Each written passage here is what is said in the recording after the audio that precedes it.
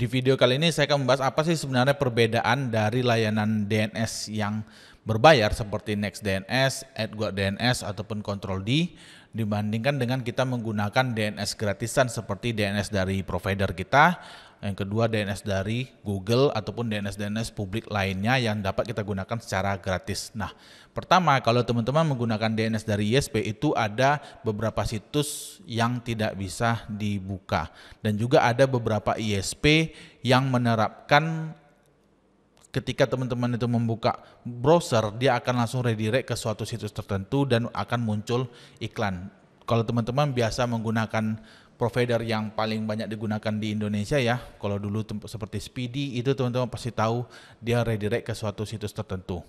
Nah, kalau teman-teman menggunakan DNS dari NextDNS, itu teman-teman bisa lebih fleksibel. Nah, ini ada beberapa layanan ya seperti NextDNS, AdGuardDNS ataupun Control-D, kita lebih fleksibel dan lebih privasi. Misalnya saya akan contohkan, misalnya kalau teman-teman menggunakan DNS dari Google, itu teman-teman tidak bisa memblokir iklan, tidak bisa memblokir aplikasi tertentu seperti sosial media atau game tertentu. Nah, itu teman-teman tidak bisa melakukan konfigurasi tersebut karena itu kita menggunakan DNS publik yang dimana konfigurasinya ada di Google gitu, bukan di kita. Nah, kalau kita menggunakan NextDNS ini kita lebih fleksibel. Sebagai contoh di sini kita bisa memblokir aplikasi Tinder, blokir Facebook, blokir Instagram.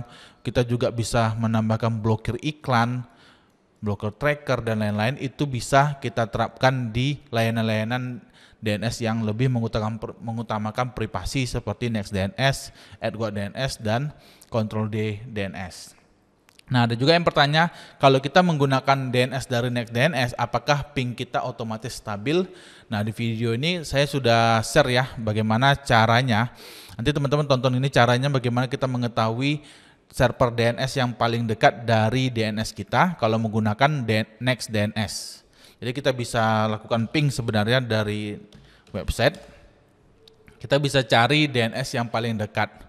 Namun ini juga tidak bisa otomatis membuat pingnya itu jauh lebih turun, sehingga ini tidak begitu berdampak kepada misalnya kalau ping Anda itu misalnya pingnya udah di atas 100, misalnya kalau ping ke Google itu ada 100 ms, maka teman-teman menggunakan DNS yang berbayar ataupun gratisan itu tidak berpengaruh sama sekali. Solusinya kalau teman-teman itu memang mengalami gangguan di pingnya tidak stabil, teman-teman itu bisa mencari provider internet yang lebih stabil. Misalnya teman-teman menggunakan Biznet, IndiHome, MyRepublic dan lain-lain.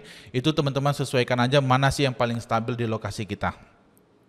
Karena kalau teman-teman menggunakan ganti DNS juga, itu tidak bisa begitu berdampak kepada kualitas dari ping kita.